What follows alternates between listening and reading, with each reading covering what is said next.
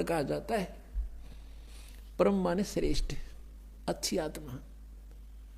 और ये अच्छी आत्मा के काम है, किसी का बेटा मारे, किसी बेटी मरे, किसी कैंसर हो रही, पूरे परिवार के परिवार नष्ट हो जाते एक एक्सीडेंट में, 100 बहाने करके ये रोज खाता है। तो ये एक परमात्मा के काम है, ये श्रेष्ठ आत्मा के काम है। ये स्वयं कहता 11वें अध्याय के 32वें श्लोक में, तो काल हूं भाई, अब काल तो हमने से टिंडे देगा जिसे देने लाग रहा है। अब परमात्मा इति उद्धारते, श्रीमद् भगवत गीता अध्याय नंबर 17 में एक बहुत निर्णायक ज्ञान दे रखा है, क्योंकि ये आध्यात्मिक वर्ड है, आध्यात्मिक शब्द हैं, आध्यात्मिक शास्त्र हैं। ये कोई डूम बाट के गीत नहीं, ये गॉड गिवन स्पिरिचुअल नॉलेज है। इसको समझना बालकों का खेल नहीं, जब तक मालिक की सुरत नहीं आवक। कबीर परमात्मा की रजा बिना हम सदग्रंथ भी नहीं समझ सकते। ये सत्कर मान लेना, जीव के बस का नहीं है, सदग्रंथों ने समझ सके। ये तो परमात्मा अंदर से प्रेरणा करके अंदर की जो अज्ञान हटाता है, जिस दास पर वो राजी हो जा, प्रसन्न हो जाता है। दास गरीब मेहर सतगुरु की खोले बजर कवाड़ी, जिसके ऊपर परमात्मा की मेहर की नजर हो जाती है, उसके वो अंध कपाट खोल देता है। इसमें बताया है कि उत्तम पुरुषत्व ने परमात्मा इति उद्धारते है, जिसको परमात्मा कहा जाता है। अब देखो ये परमात्मा है, इसको तो कसाई बताया, जैसे कसाई बकरे पालता है, सब सुविधाएं देता है उन बकरों को, तालाब बनवा देता है, शेड डाल देता है, चरागाह बनवा रखे हैं। और जब वो कसाई जाता है उन बकरों में, बकरे समझते हैं हमारा बहुत नेक मालिक है, हमारे को कितनी सुविधाएं दे रखी हैं। और वो ऐसे उनको हाथ लगा के चेक करता है, बकरे उसको प्यार देते हैं, जीभ से चाटते हैं, लाड देते हैं कि हमारा अच्छा मालिक है, हमारी कितनी केयर टेक रखता है।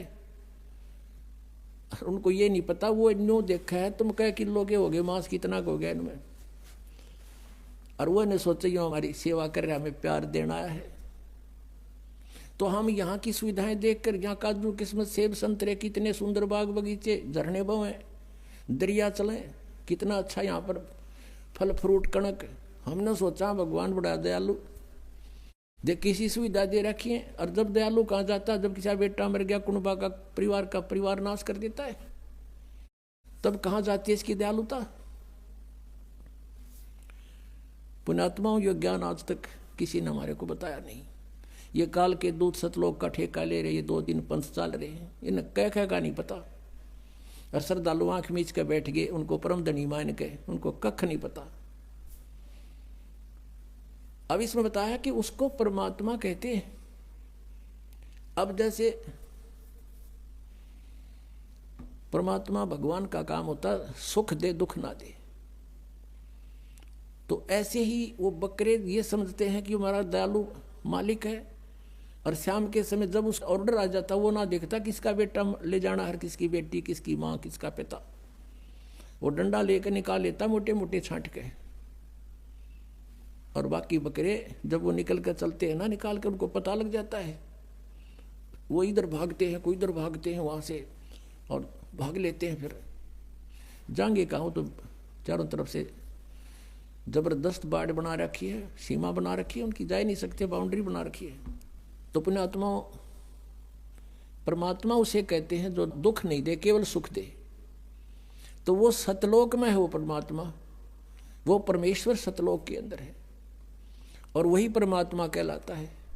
ये लोक त्रयम् आविश्य विवर्ती अवैश्वर है, वो तीनों लोकों में प्रवेश करके सबका धारण पोषण करता है, वो है अविनाशी परमात्मा।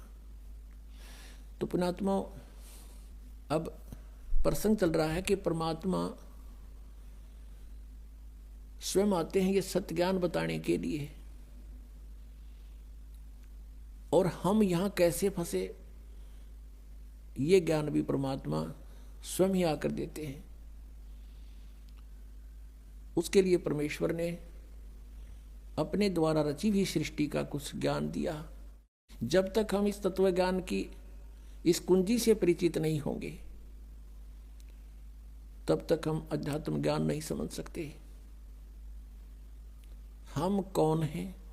पुण्यात्माओं, अभी तक हम सुना करते थे ऋषिमय ऋषियों से कि आत्मज्ञान होना चाहिए,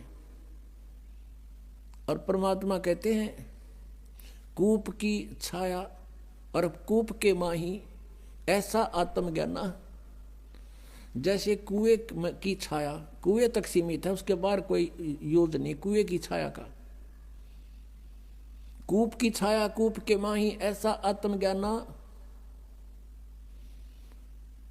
आत्मज्ञान तो ये है कि हम कौन हैं और कहां से आए हैं, हमारा यहां जीने का उद्देश्य क्या है, ये तो है आत्मज्ञान। और फिर परमात्म ज्ञान कि वो परमात्मा कौन है, कहाँ है, कैसा है, कैसे मिलता है, उसको हम पाने का प्रयत्न कर रहे हैं तो उससे हमें लाभ क्या है, ये परमात्म ज्ञान। तो यहां सत्संग के अंदर आत्म और परमात्म दोनों ज्ञान बताए जाते हैं।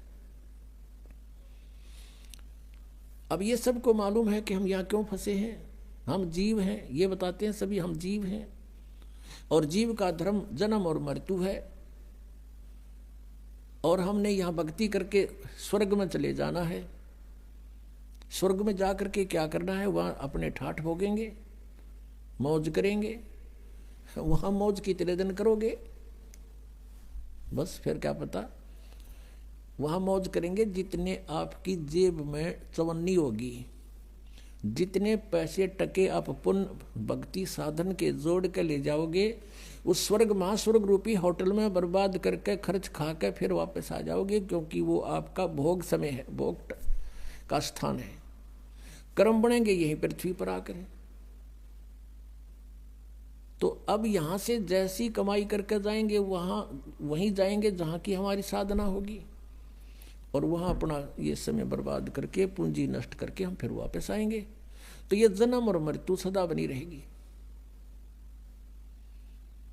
और इन्होंने अंतिम विधान बना दिया कि जन्म और मृत्यु तो सभी की होती है।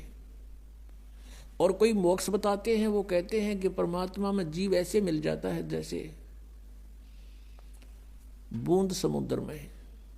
परमात्मा निराकार है, और फिर नौके समाधि में उसके दर्शन होते हैं। जब समाधि में दर्शन होते हैं, निराकार क्यों करो गया वो। फिर बात को घुमाते हैं, हमने डिवाइन लाइट देखा, डिवाइन लाइट ईश्वरीय प्रकाश देखा। जैसे कोई कहे हमने ट्यूब लाइट देखी, ट्यूब लाइट कोई अंधा बोल रहा हो, और उसे पूछे भाई ट्यूब कैसी होती है, और वो कहता हो मैंने सारा दिखा है। उसने कोई नो पूछा कि ट्यूब कैसी है जिसकी लाइट देखी, और वो अंधा नो कहे ना ट्यूब तो निराकार हो, तो होती नहीं। ट्यूब बिना लाइट किसी, ईश्वर बिना प्रकाश किसा। तो ये हमारा भ्रमित ज्ञान था।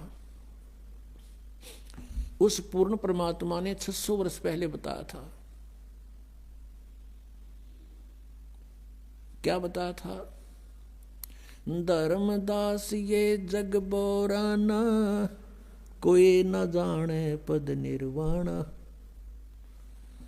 जैसे आपने सुबह के सत्संग में ऋग्वेद मंडल नंबर 9 सूक्त नंबर 86 मंत्र 26 और 27 में, ऋग्वेद मंडल नंबर 9 सूक्त 82 के मंत्र 1, 2, 3 में आपने आंखों देखा कि परमात्मा की महिमा में लिखा है कि वो परमेश्वर ऊपर तीसरे मुक्ति धाम में रहता है। वो ध्रुवलोक के तीसरे स्थान पर विराजमान है, पृष्ठ पर। वहां से गति करके अत्यधिक तेज गति से चलने वाले पदार्थ की तरह, बिजली की तरह, आकाशीय बिजली की तरह गति करके आता है, और अच्छी आत्माओं को प्राप्त होता है, अच्छी आत्माओं को मिलता है, श्रेष्ठ आत्माओं को मिलता है। तो वो ऐसी लीला कौन से भगवान ने कर रखी है? केवल कबीर परमेश्वर ने। और जिनको हम भगवान मानते थे, उनकी किसी लीला में वेदानुसार उनकी महिमा नहीं है। केवल कबीर जी की महिमा वेदों अनुसार है।